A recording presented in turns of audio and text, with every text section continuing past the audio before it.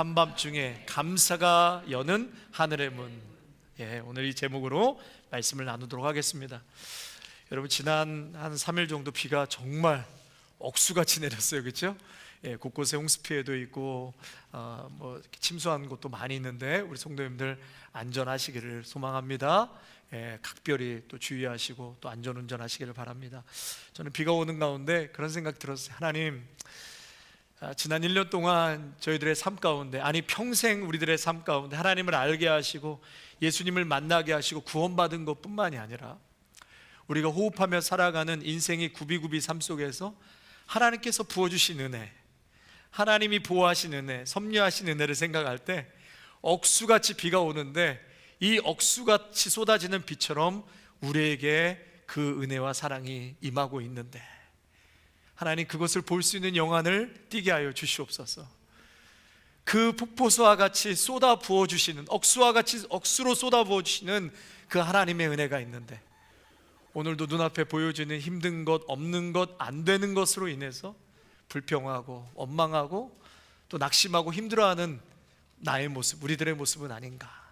하나님, 오늘도 이 쏟아지는 비를 바라보면서 지난 1년간 우리에게 건강 주시고 또 믿음의 자리에서 떠나지 않게 하시고 쓸 수 있는 물질을 주시고 먹을 수 있는 양식을 주시고 오늘도 이렇게 하나님 앞에 나와 예배드릴 수 있는 이 모든 것, 우리의 가정, 교회, 내 자녀들, 모든 것은 하나님의 은혜였습니다.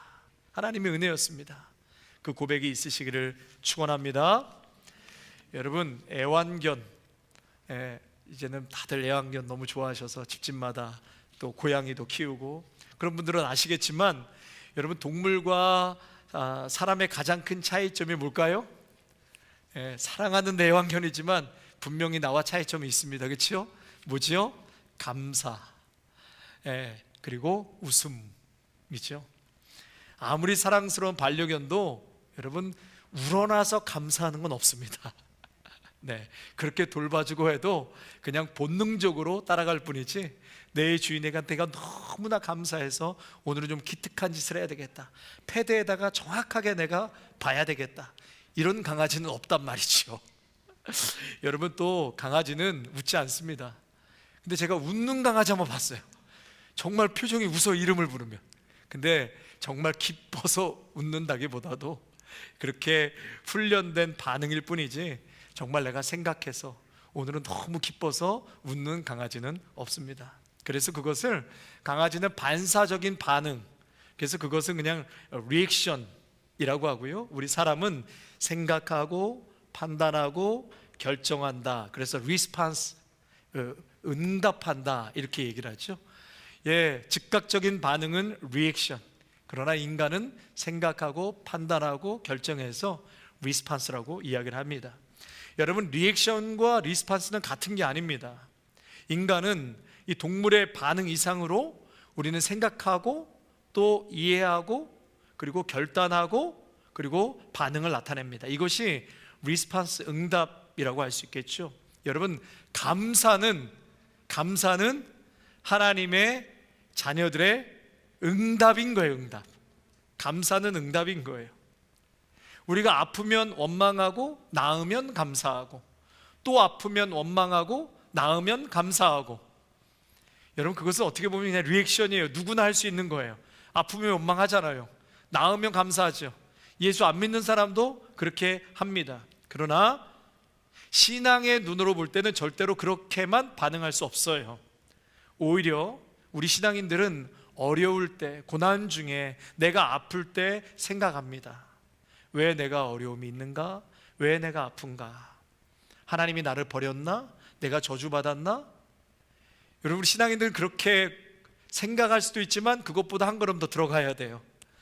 왜 나에게 이러한 아픔과 고난과 역경이 있는지, 일이 잘 될 때, 오히려 일이 잘 될 때 다시 한번 나를 돌아보고 겸손해야지 하나님 앞에 회개할 것을 일이 잘 될 때 찾습니다. 여러분, 이것이 신앙인의 리스판스, 응답인 것이죠.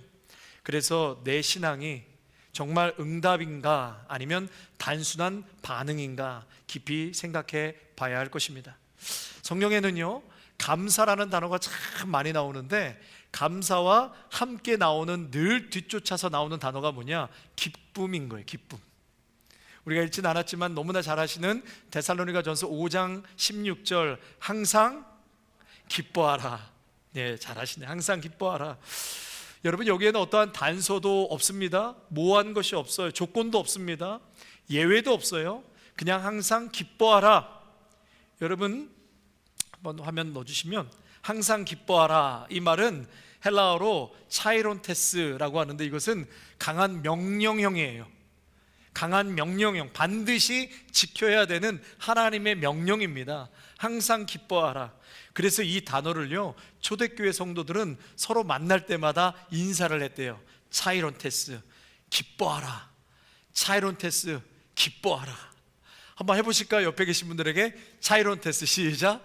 차이론테스. 한 번 더요, 시작. 차이론테스. 이건 그냥 인사예요. 샬롬도 있었지만 차이론테스라고도 초대교회 성도들이 인사했답니다. 여러분, 그 얘기는 뭐냐면 그냥 기뻐하라는 거예요. 명령이에요. 이것은 선택의 여지가 없어요. 해도 되고 안 해도 되는 것이 아니라 하나님이 항상 기뻐하라, 명령형으로 헬라어로 쓰여져 있습니다. 그런데 중요한 것은 이 기뻐하라의 핵심은 뭐냐면, 뭐라고요? 함께 읽습니다. 시작. 모든 때에 기뻐하는 것.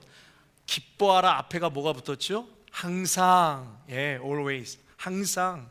항상 기뻐하는 거예요. 기쁨이 끊이지 않는 상태. 여러분, 우리 하나님은 우리의 삶을 모르시나? 어떻게 우리한테 항상 기뻐하라고 얘기하실 수 있지? 문제는 뭐냐면 어떻게 모든 때에 기뻐하라는 거예요, 도대체. 그런데 분명히 성경은 기뻐하라, 데살로니가전서 5장 16절에만 말씀하시는 것이 아니라, 내가 다시 말하노니 기뻐하고 또 기뻐하라.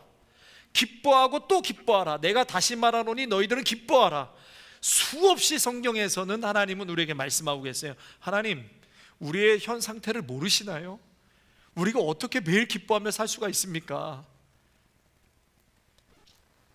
어떤 사건이나 상황이 일어난다 해서 그 기쁨을 감소시켜서는 안 된다. 다시 말해서 그리스도인의 삶에는 어떠한 일이 생기더라도 그것이 그리스도인의 기쁨을 빼앗아가거나 감소시켜서는 안 된다라는 것을 말씀하고 있는 것입니다.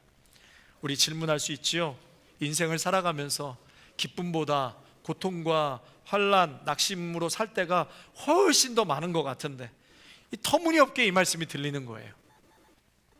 그럼에도 불구하고 성경은 어떤 모든 때라도 기뻐하라고 요구하고 계십니다. 많이 기뻐하라고 하시는데 몇 가지 구절만 제가 소개해드리면 같이 한번 읽을까요?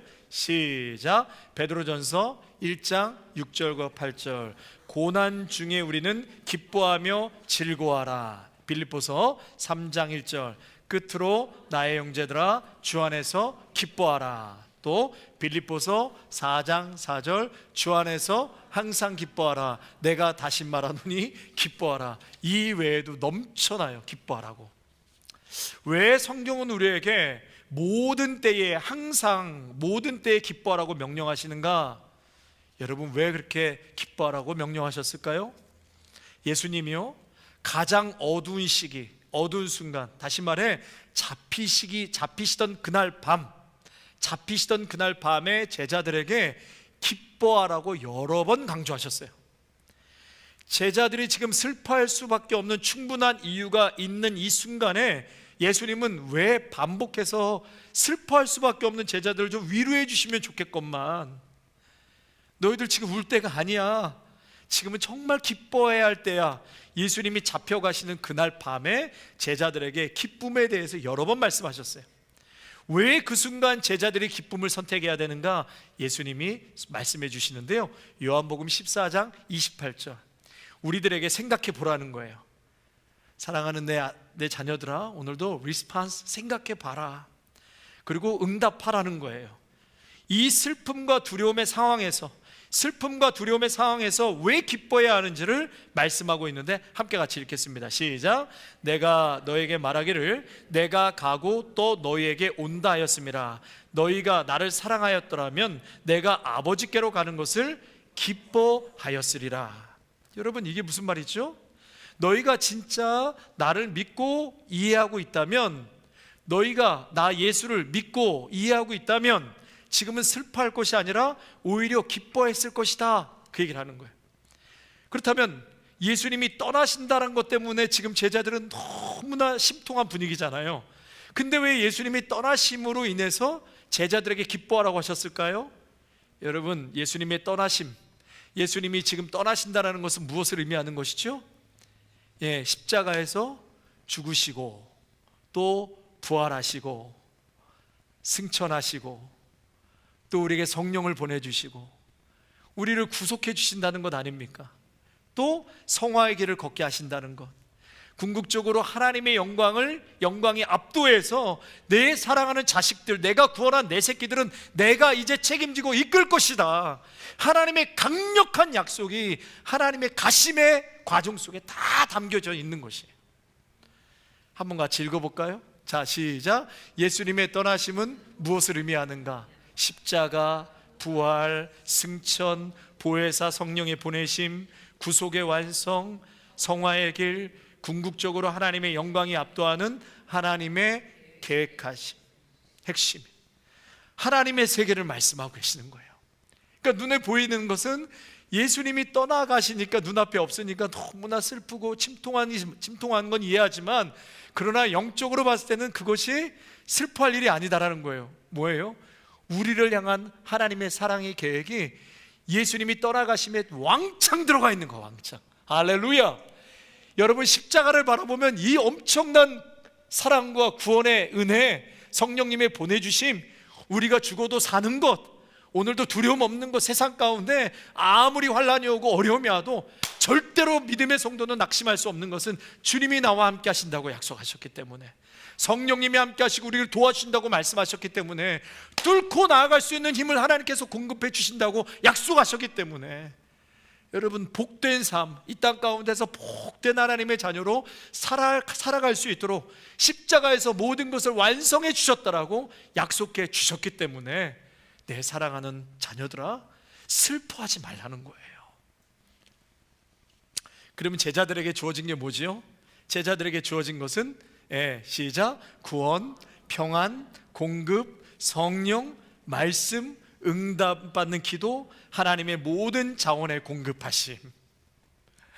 여러분, 오늘도 힘들고 어려운 일이 우리의 삶에 늘 부딪히고 찾아오지만, 그러나 그 가운데서도 믿음의 성도는 이러한 엄청난, 이렇게 3, 4일 동안 쏟아붓는 이 장대비와 같은 것처럼 우리에게 하나님의 사랑은 쏟아 부어주고 계시다라는 것을 여러분 꼭 믿으시기를 바랍니다. 그래서 우리 예수님께서는 이 모든 것을 약속하신 거예요, 내 자녀들에게. 여러분, 그 감람산 제자들에게만 말씀하신 것이 아니라 오늘도 이 비가 오는 날 이 예배당에 오신 당신의 귀한 아들, 딸들에게 똑같이 주시는 말씀이에요. 그래서 우리 아까 찬양했잖아요. 신실하신 하나님, 어제나 오늘이나 변함이 없으세요. 하나님은 그 똑같은 사랑의 약속의 말씀을 여러분들에게 주고 계시다는 것 딱 붙잡으시기를 바랍니다. 하나도 놓치지 마시고 딱 붙잡고 모두가 가시기를 바랍니다. 그래서 예수님 말씀하시는 거예요. 내 기쁨이 너희 안에 있게 하려 함이라. 너희 기쁨이 충만하게 하며, 내가 떠난다고 해도 지금은 슬픔의 시간이 아니라 오히려 기쁨이 이어질 시간이다. 그래서 예수님은 요한복음 16장 22절에서 이렇게 말씀하시는 거예요. 시작. 너희 마음이 기쁠 것이요 너희 기쁨을 빼앗을 자가 없으리라. 아멘. 사랑하는 성도 여러분, 이 기쁨의 요소들을 절대로 빼앗기지 마시기 바랍니다. 오늘도 수시로 찾아오는 낙심과 두려움과 절망과 분노와 증오와 깨어짐, 여러 가지 이 기쁨을 빼앗아가는 일들이 너무나도 많이 있는데, 여러분, 거기에 자유할 사람은 솔직히 아무도 없어요. 우리가 이 땅에 발을 딛고 살아가는 한 눈물도 있고 아픔도 있고 고통도 있어요. 그렇지만 믿음의 성도는 잠시 잠깐 그러한 눈물 짓는 순간이 있다 할지라도 딱 또다시 해석해야 돼요. 리스판스, 오늘도 십자가가 있는데, 나에게는 예수님이 있는데, 나에게는 성령님이 있는데. 저희 집은 어렸을 때부터 아버지 일찍 돌아가시고 굉장히 가난했거든요. 너무너무 가난했어요. 저는 우리 할머니 할아버지한테 보내줬어요. 같이 살 수가 없어. 근데 어머니는 전화할 때마다 그 밥 한 그릇 김치 한 수저 뜨면서도 항상 감사하고 감사오니 감사합니다. 지금도 우리 아드님, 목사님 아드님 주의 종으로 세워주신 거 감사하고 감사합니다. 85세 된 그 노모가 침상에 누워서 전화 통화하면 우리 목사님 감사합니다. 여러분, 그것은 지금은 너무나 가난하고 어려워도 이것에 넘어서서 오늘도 함께 하시는 하나님, 우리를 사랑하시고 우리의 자녀들을 축복하시고 사랑하실 그 예수 그리스도를 믿는 믿음이 그분 안에 있었기 때문에 아무리 가난하고 환경이 어려워도 그 입술에서는 감사가 나올 수 있는 것입니다. 사랑하는 성도 여러분, 오늘도 슬픔 대신에 감사를 선택하시기를 축복합니다. 아멘. 여러분, 그거 생각하면 우리는 너무너무 감사할 것이 많습니다. 하나서부터 열까지 여러분, 잃은 것보다도 주신 것이 얼마나 많은지. 여러분, 먹는 것 때문에, 못 먹는 것 때문에 고민하는 분들 계세요? 우리는 지금 너무 살쪄서 빼는 것 때문에 고민하잖아요. 먹는 것이 넘쳐나잖아요. 그 외에도 여러분, 우리에게는 건강이 있고 자녀들, 내 가까운 사랑하는 동역자들, 이루 말할 수 없는 감사의 조건들이 있다. 여러분, 그래서 하나님은 너의 이 기쁨을 절대로 빼앗기지 말라는 거예요. 빼앗기지 말라.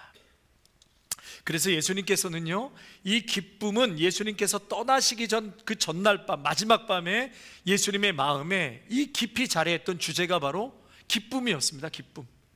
그래서 주님은 제자들에게 자신이 떠난 후에도 하늘의 모든 자원과 성령의 임재가 그들에게 주어질 것이라는 약속을 유산처럼 남기셨습니다. 그래서 그 약속이 있기 때문에 그들은 기뻐해야 했습니다. 오늘 본문도요, 바울이 로마 감옥에 투옥되었을 때 옥중서신이라고 해서 빌립보서를 썼거든요.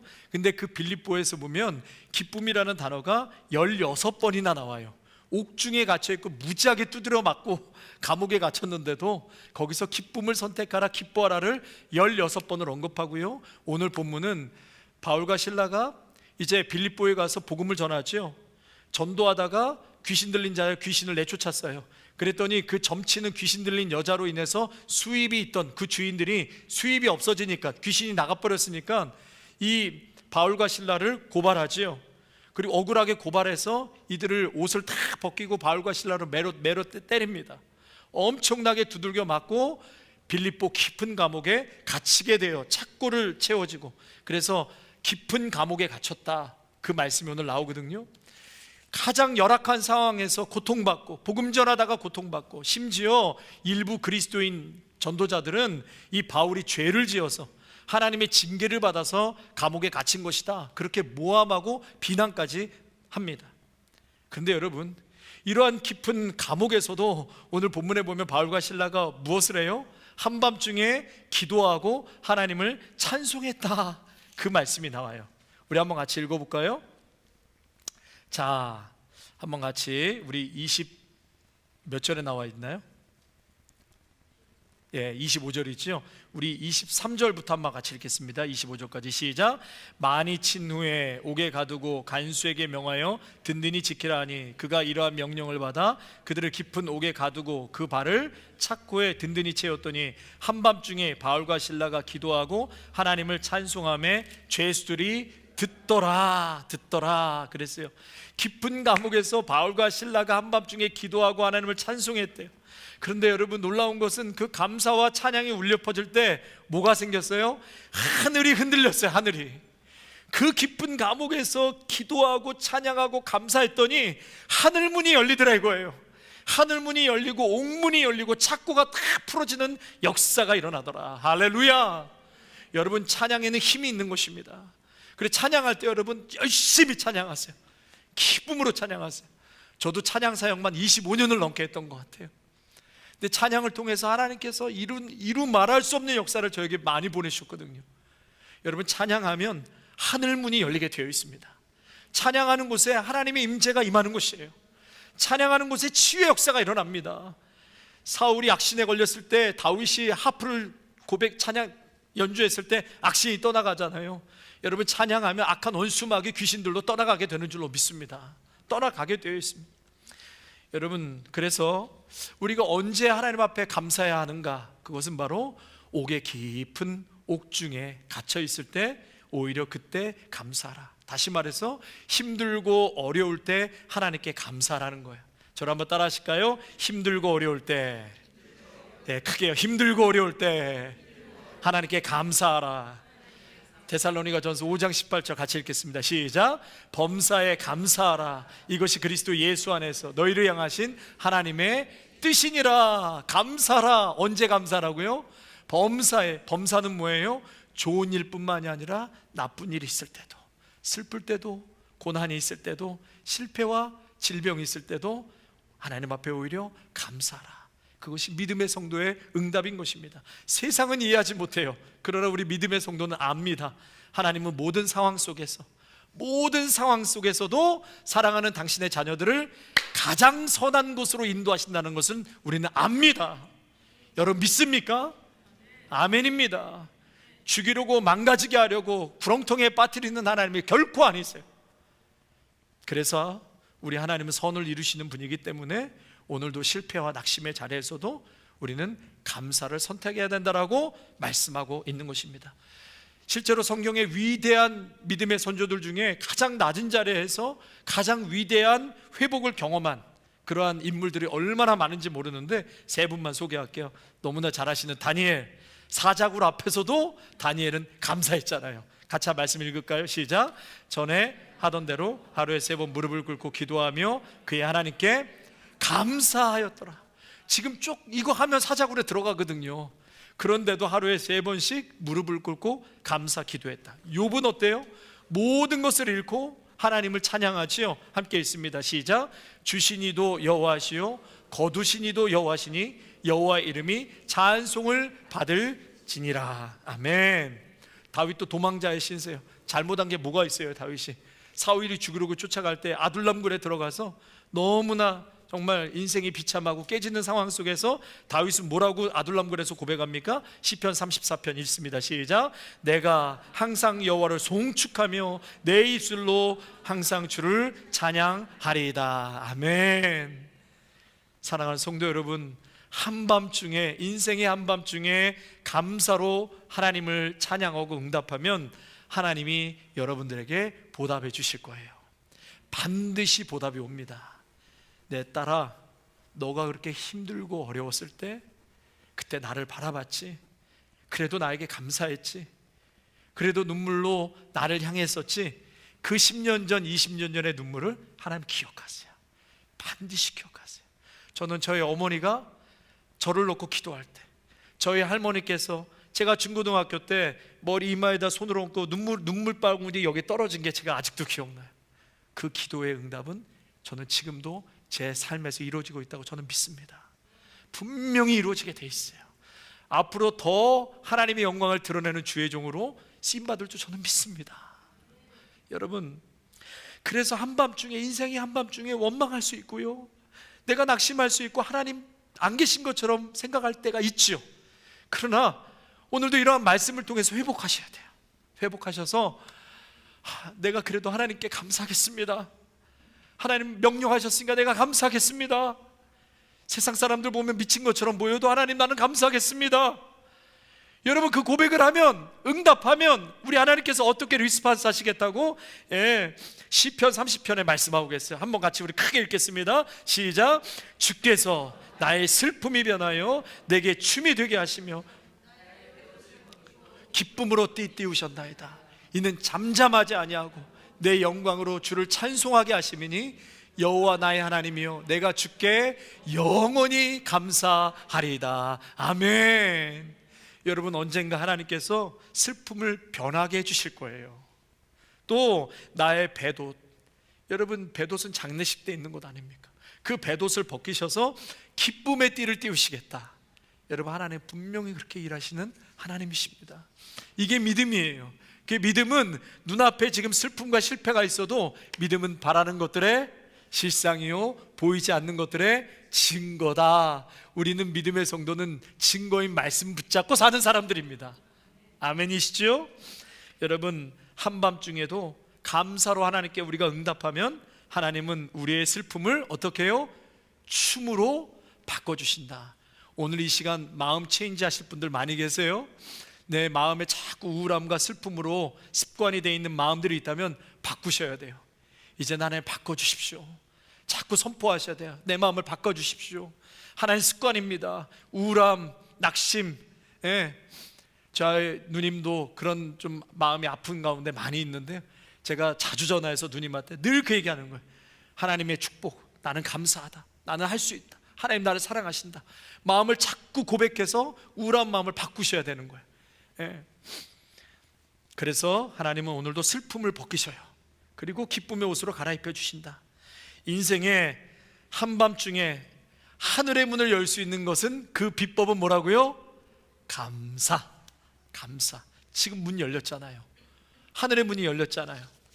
감사의 제사를 드리면 그 한밤중에 내가 있는 처소를 뒤흔들어서 자유와 해방으로 역사하신다. 성도 여러분, 고통의 밤에 드리는 감사는 깊은 신앙의 간증인 증거인 것입니다. 우리 하박국 3장 아까도 찬양했는데 같이 한번 읽겠습니다. 자, 시작. 비록 무화과 나무가 열매가 없으며 감람나무에 소출이 없으며 밭에 먹을 것이 없으며 우리의 양이 없으며 외양간에 소가 없을지라도 나는 여호와로 말미암아 즐거워하며 나의 구원의 하나님으로 말미암아 기뻐하리로다. 아멘. 정말 어려운 중에도 여러분, 무화과 부성하지 못하고 포도나무 외양간에 소가 없는데 여러분, 여기서 무슨 감사가 나올 수 있습니까? 절대로 감사할 수 없어요. 그런데 나는 여호와로 인해서, 그럼에도 불구하고 나는 나를 구원하시고 나를 사랑하시고 오늘도 인도하시고 선한 길로 역사하실 그 하나님으로 인해서 나는 그래도 감사하겠습니다. 하나님, 정말 어려운 중에도, 아까 우리 찬양했잖아요. 우리 한전 집사님이 작곡인데, 내가 어려운 중에도 하나님 감사하겠습니다. 내가 소망을 잃지 않겠습니다. 하나님, 내가 어렵다고 타협하지 않겠습니다. 다니엘처럼 거룩한 루틴으로 나아가겠습니다. 그렇게 쭉 가다 보면 어려운 중에도 우리 하나님께서 분명히 물으실 거예요. 내 딸아, 너 20년 전에 이렇게 힘들었잖아. 그런데 너 나 보고 있었지? 내 딸아, 내 아들아, 너의 시선이 나를 향하고 있었잖아. 하나님께서 나에게 고맙다, 어려운 중에도 나 바라봐줘서 고맙다, 사랑한다. 그 어려운 중에도 다른 곳 가지 않고, 다른 것을 위안 삼지 않고, 위로 삼지 않고, 그저 내 앞에 나와서, 그저 하나님 앞에 나와서 하나님 살려달라고, 하나님 도와달라고 눈물 뿌려 기도하고 목 놓아 울었지. 너 나만 바라봤지, 나만 의지했지. 내가 그거 다 기억하고 있어. 내가 다 기억하고 있어. 너 나한테 없는 중에도 감사하다고 했지, 찬양했지. 이제는 너의 슬픔을 내가 바꿔버릴 거야. 할렐루야. 너의 아픔을 내가 기쁨으로 바꿔버릴 거야. 할렐루야. 이것은 하나님의 의지예요. 하나님의 약속인 거예요. 여러분, 그래서 하나님의 위대한 역사가 우리의 삶에 일어나는 경험을 여러분 경험하게 되실 거예요. 그러기 위해서 오늘 어려운 중에도 감사를 선택해라. 오늘도 내가 주님 앞에 나와서 눈물 뿌려 기도하는, 세상과 타협하지 않는 것, 어려워도 다니엘과 같은 거룩한 루틴으로 내가 또 찬양하겠습니다. 내가 곡을 만들겠습니다. 하나님 앞에 올려드리겠습니다. 찬양의 자리 벗어나지 않겠습니다. 10년이고 20년이고 30년이고 재정적으로 어려워도 나는 이 자리를 지켜가겠습니다. 이 고백이 터져 나오는 그 자녀는 그의 삶뿐만 아니라 그 다음 세대까지도 하나님께서 형통의 복을 주신다라고 성경에서 약속하고 있는 거예요. 여러분, 꼭 붙잡으시기를 바랍니다. 둘째로, 하나님께 다 맡기고 감사하십시오. 한번 저를 따라 하시겠습니다. 하나님께 다 맡기고 감사하십시오.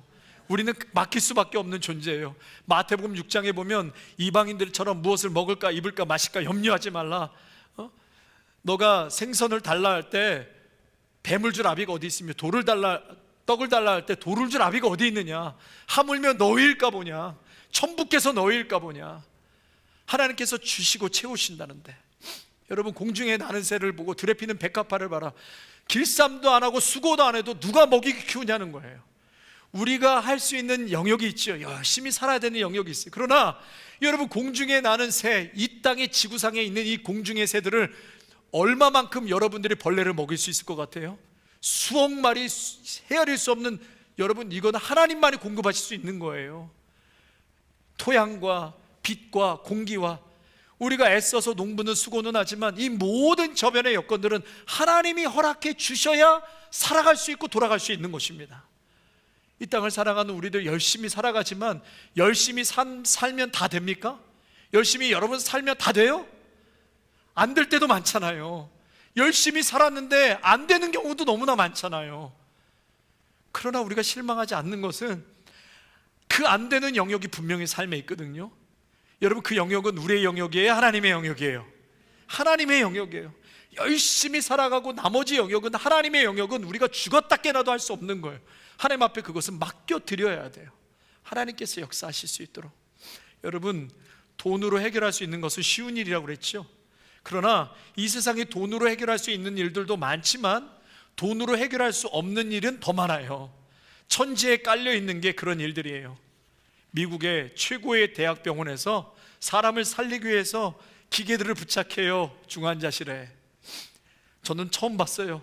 심장 안 뛰는 심장을 뛰게 하려고, 신장 투석을 계속해서 움직이게 하려고, 피순환을 하기 위해서, 장기들이 멈춘 것을 어떻게 해서든지 돌리기 위해서 강제로 워킹하도록 수십 가지의 링게를 쫙 해놓고 사람에게 꼽고 있더라고요. 여기저기 기계 다.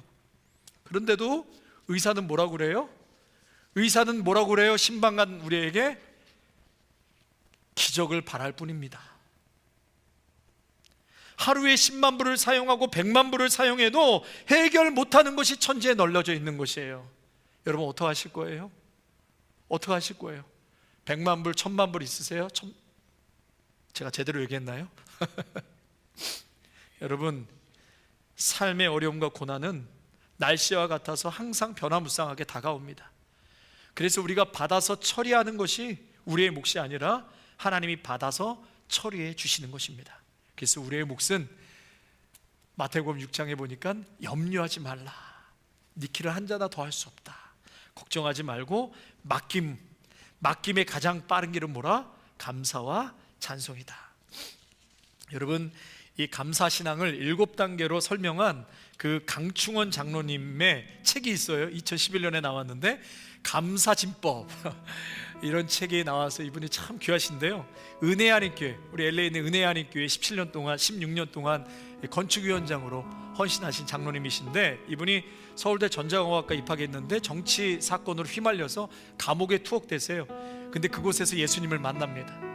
미국에 유학 와서 전자공학 박사 학위를 받으시고 모토로라, 그 다음에 TI, 텍사스 인트루먼트, 그 다음에 제너럴 일렉트릭, 이러한 기업에서 그 옛날에 임원으로 재직을 하세요. 근데 이 장로님이 UCLA나 이렇게 유학생들에게 성경 공부를 가르치셨는데 그때 이 감사의 삶을 가르쳤어요. 그래서 그 청년들이 이분과 성경 공부하고 인생이 바뀌었다라는 이야기가 그 책에 있는데, 장로님이 그런 얘기를 하세요. 믿음이 인생의 방향을 바로잡았고 감사는 나를 다시 일으켜 세운 힘이었습니다. 다시요. 믿음이 인생의 방향을 바로잡았고 감사는 나를 다시 일으켜 세운 힘이었습니다. 그러면서 7가지 감사신앙 단계를 얘기했는데, 첫째는 한번 보실까요? 첫째 진법. 자, 시작. 무조건 감사. 한번 따라 하시겠습니다. 시작. 무조건 감사. 예상치 못한 불행이나 위기가 닥쳐도 일단 무조건 감사, 선언하라는 거예요. 선언. 두 번째, 시작. 소리내어 감사. 원망이나 불평이 올라올 때, 분노가 올라올 때 큰 소리로 주님 감사합니다. 차 안에서 큰 소리로 불평이 올라올 때, 짜증이 올라올 때 주님 감사합니다. 그러면 갑자기 마음이 확 풀어질 거예요. 풀어지면서 믿음이 생기고 상황이 긍정적으로 전환하는 그런 경험을 많이 하셨다는 거예요. 세 번째 진법, 꼬집어 감사. 꼬집어 감사. 고통이나 불편한 일을 구체적으로 꼬집어서 감사하래요. 그래도 감사. 고난의 이유를 솔직히 털어놓고 그래도 하나님, 그래도 감사합니다. 억울함이 풀리고 오히려 새로운 돌파구가 생긴다. 네 번째 진법, 다 같이요. 시작. 마음 가득 감사. 마음밭에 잡초 원망이 얼마나 많습니까, 우리 내 안에.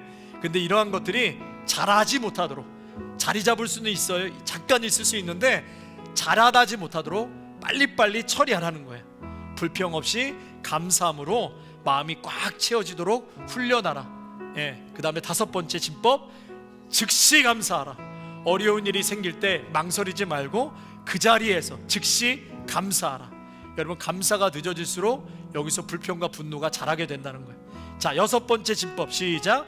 모든 면에 감사. 삶의 모든 영역과 사소한 부분까지 예외 없이 감사하라. 자, 마지막 진법 시작. 사람에게 감감축. 이게 뭐냐면 그 사람을 알게 해주신 것이 감사, 그리고 그 사람으로 인해서 고통을 겪은 일도 그럼에도 감사. 참 어려운 일이에요. 그럼에도 감사. 마지막으로 그 사람을 축복하라. 그래서 감감축 이렇게 얘기하시는 거예요. 감사하고, 만남을 감사하고, 고통을 줘도 감사하고, 축복하라. 그러면 관계가 회복되고 놀라운 변화가 일어날 것이다. 사랑하는 성도 여러분, 하나님은 오늘도 이 자리에 우리와 함께 하십니다. 믿으십니까? 우리를 버려두지 아니하시고 세상 끝날까지 내가 너와 함께 하겠다고 약속하셨습니다. 그러면 우리는 뭐라고 해야 할까요? 한번 저를 따라 하시겠습니다. 하나님, 나와 함께 계시니 감사합니다. 그냥 감사합니다 하지 마시고 감을 좀 길게 빼세요. 감사합니다. 다시요, 시작. 하나님, 나와 함께 계시니 감사합니다. 모든 것을 주님께 내어 맡깁니다. 다시요, 모든 것을 주님께 내어 맡깁니다. 살든지 죽든지, 살든지 죽든지 주의 뜻대로 하옵소서. 주의 뜻대로 하옵소서. 할렐루야. 여러분의 인생을 복받은 인생으로 하나님이 인도하실 것입니다. 믿습니다. 기도하겠습니다. 하나님, 감사합니다. 우리의 인생을 붙잡아 주시옵소서.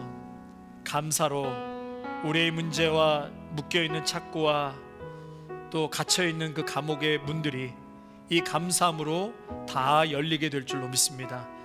오늘도 명령하셨습니다. 감사를 선택하라고. 이 말씀 붙들고 하나님, 오늘부터 감사를 실천할 수 있는 우리 모두가 되게 하옵소서. 예수님의 이름으로 기도하옵나이다. 아멘.